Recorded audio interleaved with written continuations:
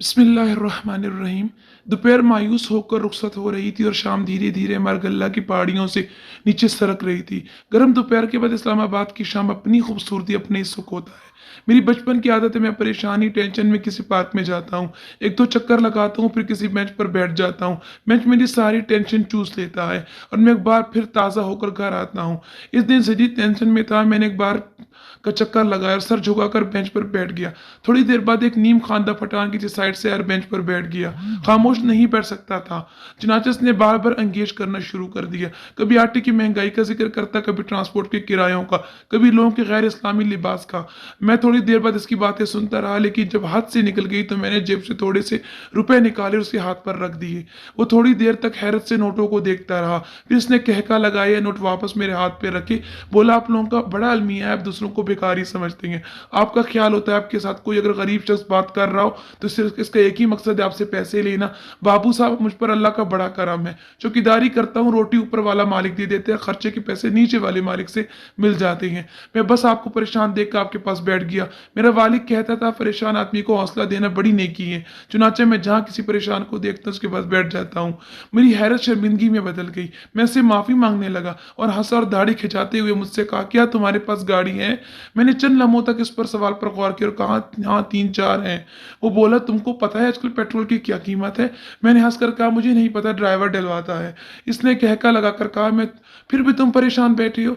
मैंने हैरत से जवाब दिया, गाड़ी का परेशानी के साथ क्या ताल्लुक बनता है खान? वो संजीदा होकर बोला, बड़ा गहरा ताल्लुक है। क्या मकान तुम्हारा अपना है? मैंने जवाब दिया, हाँ, बल्कि तीन चार हैं। वो मुस्कुराया, पूछा, क्या बीवी बच्चे भी हैं? मैंने कहा, हाँ।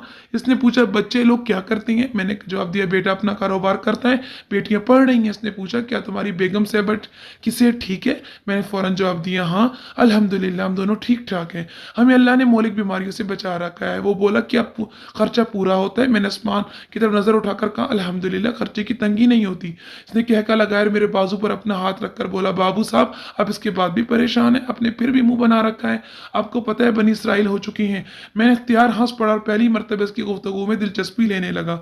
मैंने इससे पूछा, मैं बनी इसराइल कैसे हो गया हूँ और बनी इसराइल क्या होता है? संजीदगी से बोला, आप कुरान मजीद पढ़िए तो अल्लाह ताला बार बार बनी इसराइल से कहता है, मैंने तुम्हें भी ये भी दिया, वो भी दिया, मुल्क भी दिया, खेत भी दिए, दुश्मनों से भी बचाया, तुम्हारे लिए आसमान से खाना भी उतारा, बाग और मकान भी दिए, और बच्चे भी दिए, गुलाम और कनीज़े भी दी, मगर तुम इसके बावजूद ना शुक्रे हो, तुम इसके बावजूद मेरा एहसान नहीं मानते।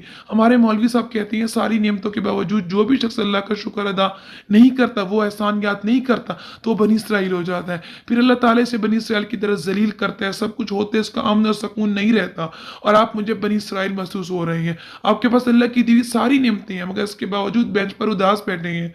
मुझे आप पर तरस आ रहा है। मुझे झटका सा लगा और मैं शर्मिंदगी और खौफ से इसकी तरफ देखने लगा। मैंने अपने आप को पढ़ा लिखा तजर्बाकार समझता था, बचपन से इस्लामी किताबें पढ़ता था और आलमों की सोबत में बैठता था, लेकिन आप यकीन करें, बनी इसराइल की ये थ्योरी मेरे लिए बिल्कुल नहीं थी।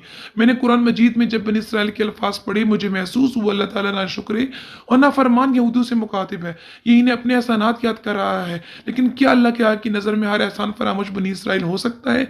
क्या कुदरत इसके साथ वही सलूक करती है जो बनी इसराइल के साथ वादी सीना इसराइल में किया था? ये बात मेरे लिए नहीं थी। मैं अपनी जगह से उठा, इस नीम खानदा पठान के हाथ को बोसा दिया और पार्क से चुपचाप बाहर आ गया। मैं सारा रास्ता अल्लाह की एक नेमत याद करता रहा, एक एक नेमत, इसका शुक्र अदा करता रहा, अपनी आस्तीनों से अपने आंसू साफ करता रहा।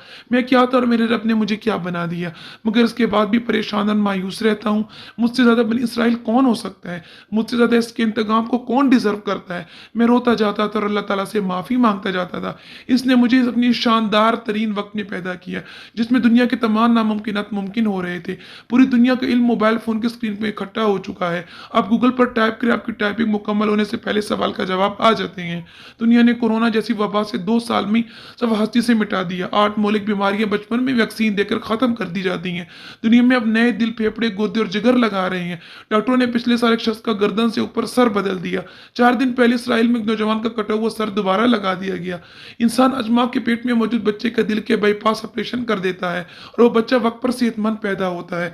आज की दुनिया तमाम इंसानों के लिए खुली हुई है। आप तरक्की करना चाहें तो आप बेशक खरपति बन जाए, आपको कोई नहीं रोक सकता। और दुनिया के आखिरी कोने में जाना चाहें, अब चले जाएंगे। अब 70 साल की उम्र में पीएचडी करना चाहें, आप कर लेंगे। और आप आज सियाह फार्म या इंडियन होते हुए भी अमेरिका और बरतानिया के حکمران بن سکتے ہیں۔ اللہ نے مجھے اپنی شاندار زمانے میں پیدا کیا، اس نے مجھے حادثوں اور بیماریوں سے بچائے رکھا، اس نے مجھے بے انتہا رزق دیا، اولاد کی نعمت دی، عزت اور شہرت دی، ملک اور مکان دیا، خدمت کرنے والے لوگ اور مجھے بے لوث دوستوں سے بھی نوازا، مگر میں اس کے باوجود پریشان ہوں، میں آرام بھی، لہٰذا مجھ سے بڑا بنی اسرائیل ہو سکتا ہے؟ مجھے بنی اسرائیل سے متعلق آیتیں یاد آ رہی تھیں۔ میں بار بار اپنے آپ سے کہہ رہا تھا تم میں اور لوگوں میں کیا فرق ہے؟ وہ بھی اللہ کے احسان بھول گئے اور تم بھی، وہ بھی ناشکرے تھے تم بھی، وہ بھی مزید کی دوڑ سے باز نہیں آ رہے تھے اور تم بھی، وہ بھی اللہ کے نافرمان تھے اور تم بھی، لہٰذا پھر تمہارے ساتھ وہ سلوک کیوں نہ ہو جو بنی اسرائیل کے ساتھ ہوا؟ وہ سینا کے صحرا میں بھٹک بھٹک کر مر گئے اور تم بھی خواہش و نفرت اور اداسیوں کے جنگلوں میں مارے مارے پھر رہی ہو۔ تم میں اور ان میں آخر کیا فرق ہے؟ میں نے اللہ سے معافی مانگی، توبہ کی اور شکوے کو شکر سے بدل دیا۔ آپ یقین کریں میں اس دن سے اپنے آپ کو مختلف انسان سمجھتا ہوں۔ اداسی اور پریشانی سر سے بادلوں کی طرح غائب ہو چکی ہے۔ میرے سامنے وسیع نیلا آسمان تحت نظر پھیلا ہوا ہے اور اللہ تعالیٰ کے معجزوں کی نہ ختم ہونے والی دنیا میں شک اللہ تعالیٰ کی کون کون سی نعمتوں کو جھٹلاؤ گے؟